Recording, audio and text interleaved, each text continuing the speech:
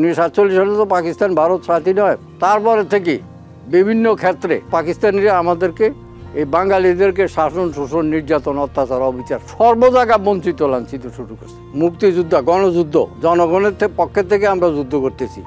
EPR সহ তৎকালীন আমরা এখানে ছাত্র জনতা পাক আর্মিকে আমরা প্রতিরোধ করে তুলি। খুব সকাল থেকে একদম দিনে দুপুর পর্যন্ত ব্যাপক যুদ্ধ হয়েছে।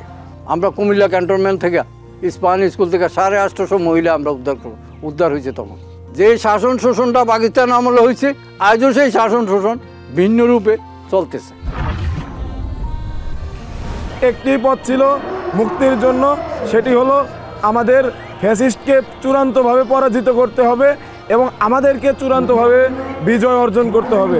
সেই জন্য আমরা কিন্তু বৈষম্যহীন বাংলাদেশ গড়ার লক্ষ্যে এবং সেই চেতনাকে ধারণ করে একই সাথে আমাদের সামনে যে দানব দাঁড়িয়েছিল, যে ফ্যাসিস্ট দাঁড়িয়েছিল, সেই ফ্যাসিস্টের চূড়ান্ত পরাজয়ের জন্য আমরা আমাদের আন্দোলনকে শেষ পর্যন্ত চালিয়ে নিয়ে গিয়েছি। বাংলাদেশ কিন্তু পৃথিবীর মধ্যে নব্য ধনীর উত্থানে শীর্ষ দেশ হয়েছে, কিন্তু বাংলাদেশের জনগণের সামগ্রিক যে চিত্র সেটি কিন্তু বদলায়নি, বরঞ্চ আরও দিনকে দিন খারাপ হয়েছে।